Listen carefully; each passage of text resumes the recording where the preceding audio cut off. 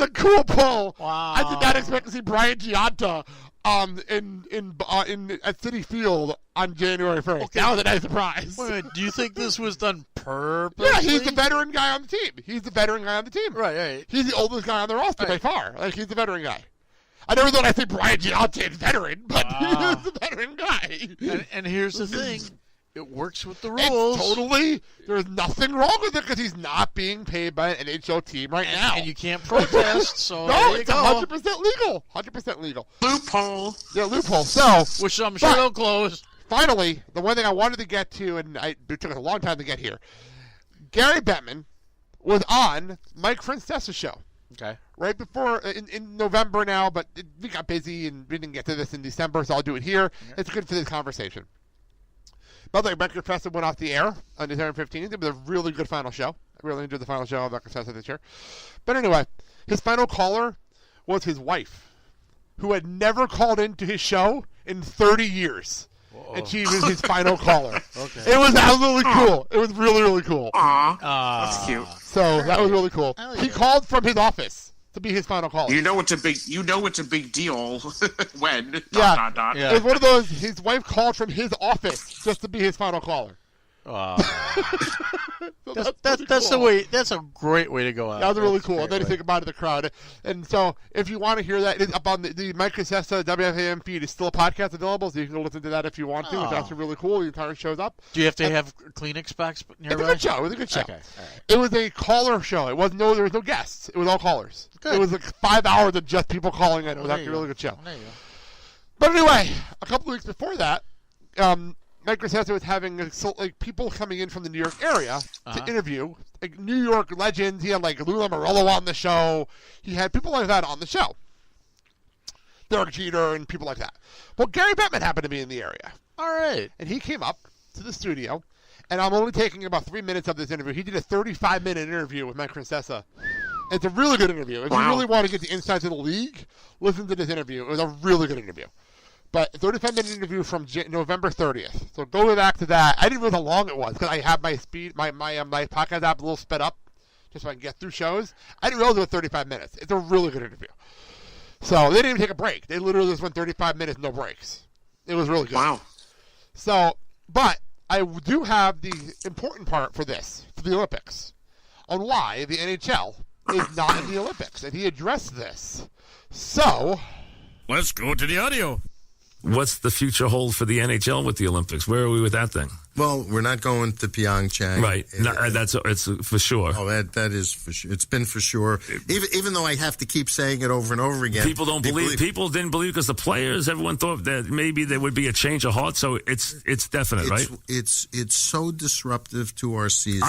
Listen, I've been against it the whole time, so I've never been a fan of that. I should have listened to you in the first I've never been a fan of disrupting the season. I've never been a fan of that. It makes no sense. I mean, in addition to the fact, on so many levels, one, we disappear in February. There's no football. There's no baseball. It's us. We're getting ready for the stretch run, and then we disappear. No games in venues, no highlights in news, no television. It's just we're gone. Yep. And we don't get to promote the fact that we're the Olympics. Do you know we can't use the footage of Sidney Crosby scoring the overtime goal in the Vancouver They're Olympics? They're not good partners is what it comes down to. More than that, what happens is because our players come from so many different countries, some of our NHL teams will send as many as 10 players to the Olympics, and some will send 1 or 2. Inequality. And then you have big injuries like you had last time. But putting aside the injuries, so now we come back from a almost 3-week break, having traveled halfway around the world, and some teams get reconstituted, tired, and banged up, and others are completely refreshed because most of their players were with their families on the beach. Now, but what about the players who had said, I don't care, I'll leave my team and everything else? Is everybody, no more of that? Going. Everybody's good. Because when you're an NHL player, the thing that drives you more than anything else is the pursuit of the Stanley Cup. But some of these guys did scream about how much it meant to them. They had to play for their team. By the way, and I respect that, but nobody's going anywhere. Okay. And would you would you do the one that has always made sense? Would you go to the Summer Olympics if they've made a place for you? Well, the certainly. I mean, why don't they use their? Listen, I've never been a big fan of the Olympic Committee. I don't think they do. I never liked them, so I've never been a fan. I've never been a fan of how they do things. I don't like them. But the bottom line is, the smart thing is, if they would take you in the Summer Olympics, why not put you in there? Because it doesn't serve their I interest. understand that. And so the first time I asked the question, and everybody at the IOC looked at me like I was out of my mind. They said, well, the charter says Winter Games, snow and ice. And I go, okay, you can change the charter. Yeah, sure. Things change. But what it really comes down to, in terms of sheer tonnage, hours of programming and ticket sales, seats for events, hockey dominates the Winter Games, and they need it. Hockey and figure skating, right? Yeah, but even more. We have more events than the figure skating. Right. So while figure skating is important, they don't have as many games or as many nights of skating as we do games. And so I think they've concluded it doesn't make economic sense. Sal, I know you've been anti the NHL not going to the Olympics for a long time. What are your thoughts after hearing Bettman the words? Go for it. I disagree. I totally disagree. I feel that for so many years now, it's been done. Why all of a sudden is it a problem? Because you don't want to take a 3-week break? It doesn't make any sense to me. And I think we talked about this once before. Yeah. Where I said, if it's such a problem, the season, call up some NHL guys, AHL, let them get a little bit of exposure in the NHL, let them play on the big teams, and give them a little bit of experience playing NHL, and then once the Olympics are over, send them back down. I don't know. It's a weird situation. It is our second Olympic Games at the podcast. It's actually really weird. We've been on so long. This is our second Olympic Games, by the way. And and I know we had this discussion back to the last Olympics, because we did have this same discussion, and the league did go the last Olympic Games. And it's a combination of the fact that I don't think they wanted to go to South Korea. That's number one. I don't feel like I don't think the NHL didn't want to go to South Korea. That's just my opinion. But I also don't know. I don't like the fact that the league shut down for 3 weeks, and I like your idea of having AHL players come up and play, because the AHL doesn't shut down. The AHL still plays. The Admirals were still playing games during the last Olympic Games. Yeah. I mean, they were still playing. So the AHL's still going. There's the IHL. There's other leagues that you can bring players up from. But I get it. You're losing your best players. They might be worrying about attendance because your best players are going to the Olympics. Like, we would have lost probably, Nico. We would have probably lost Nico. We would have probably lost, Andy Green. We would have probably lost Taylor Hall. There's a bunch of players we would have probably lost that are our moneymakers that we could have lost a lot of ground in the playoff race we're in the middle of right now. Remember, we're in the middle of a playoff race. I'm thinking right now, would you want to lose your best players and lose ground in a very tight metropolitan division right now? Because they went to the Olympics and we're here with AHL players. See, and there's your two-sided thing. It's like, no, because selfish reasons. Yeah, I'm thinking about as a fan. You want them to represent their country. It's like, I feel like as an athlete, you should have the right and the privilege to represent your country in the Olympics. And the fact that they're being told absolutely not because we don't want to disappear for 3 weeks, I think is a little selfish and absurd.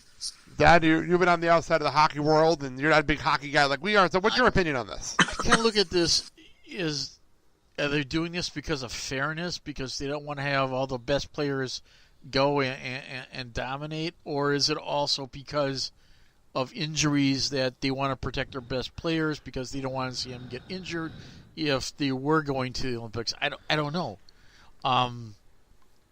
The whole thing, I kind of look at it is from the viewpoint is, if it's all about the almighty dollar and economics that way, because hockey's a big draw in the Olympic Games, which it is if that's been that way for years and all of a sudden now you're changing it up, to me there's got to be an underlying reason. They don't want to go to South Korea. They just don't want to go to South Korea. That's my opinion. And that may be one of the factors. There's got to be some political reason that they don't want to go to South Korea and deal with it. And that's the whole thing, is that who's going to say what the valid reason is? It's not going to come from the Olympic Committee, and it's not going to come from the NHL. From Bettman himself. So, I mean, the players can read in between the lines and basically surmise their viewpoint for it. Now, whether or not someone's going to actually listen and pay attention to them is completely a whole nother story. I don't know. It's a weird situation. We'll talk more about the Olympics when we get there. I actually do want to sit down and break down Team USA and figure out where they're from. I do want to spend time doing that. Doing that when we get to February. That's in about a month. We have time to do that. A couple of weeks, actually. About a month. We're going to Olympic Games. It's weird. In a month. We have the Olympics in a month. Do you guys realize I know. Isn't that weird? There's an update on the Olympic Good. Talk about it. News front. Is North Korea and South Korea had a meeting at the demilitarized zone in North Korea. And they decided. Yep. There you go. I'm sorry, Jeff. That was great. Thank you. There you go. Sorry, and from those meetings, they made a decision, and North Korea is now going to send an Olympic team to the Olympics. How nice of them. So Team Russia can't have a team, but Korea can. So, and here you go. What a time to be alive. Yeah. I know. What a weird year this is going to be. Russia is not going to be in the Olympics. Yeah. Officially, but North Korea is. Yeah. Because that was one of the reasons where North Korea was going to send a team because of a political atmosphere, and they said, yeah, okay, we'll send one. That's so funny. But I feel like it feels like during the Cold War when Team USA didn't go to Russia for the Olympics. But I'm going to tell you right now that there's going to be a heavy security presence. Oh, it better be. Because we're in South Korea. There better be heavy security. Yeah, because of what's happening. Kim Jong-un, the lunatic of South Korea. Yeah, lunatic of... Yeah, okay, let's get out of here. We'll talk more Olympics when we get closer. Okay. You know I want you. It's not a secret I try to hide. We'll close out with a little more Greatest Showman, Sal. This is Rewrite the Stars, which is a duet in the movie by Zac Efron and Zendaya. By the way, such a good soundtrack, though. My God, why is nobody else making a bigger deal out of the fact that Zac Efron is doing his first musical since Hairspray? Like, why is this not a bigger deal? Like, this is a very big because deal. Hugh Jackman overshadows him. I know, but like Zac Efron's doing his first musical since Hairspray. This is like a huge deal. So who's singing in the song? This is Zac Efron and Zendaya. Really? Zac Efron can sing? Oh, beautiful. This is a beautiful song. This is beautiful. Did you not see Hairspray? Oh, you did not see Hairspray? Well, it's great what iTunes can do for you, isn't it? Anyway. Well, that's it for the show, Sal. We'll drop things up. And notice what I did for you. For more info on our show, including where you can hear our show, go to theblakeandsalshow.com, our Facebook, Twitter, and Instagram pages, and comment or leave a rating and review. And So, do you see what I did there? So, I did there for you? I got rid of your paragraph. Our show is part of the Filling the Void podcast network, where you can hear our show, obviously, on Friday mornings. You can hear the archive show of our show on Thursday mornings. You can hear Clerk's Minute Monday, Wednesday, and Friday, including Sal being on Clerk's Minute on Monday. And the other show that me and Kyle do that I always forget about, and I really should plug once in a while, Boyer's Retrocast on Sunday mornings. You know, when you're airing episodes you recorded like a year ago, you forget you're putting them up. You kind of forget. So, Sal, what else you got to plug? Yeah, that's true. Just wanted to say you have Creed points.